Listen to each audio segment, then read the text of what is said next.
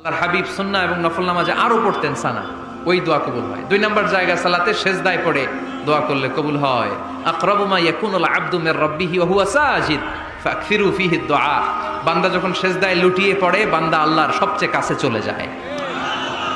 দেখা যায় সেজদাটা মসজিদের কার্পেটে পড়েছে, দেখা যায় কপালটা জায়নামাজের উপরে পড়েছে, দেখা যায় সেজদাটা আমার কপালটা মসজিদের টাইলসে পড়েছে, কিন্তু বিশ্বনবী বলে টাইলসের উপরে না, জায়নামাজে না, তোমার সেজদাটা তোমার রবের কুদরতি পায়ের উপরে পড়েছে।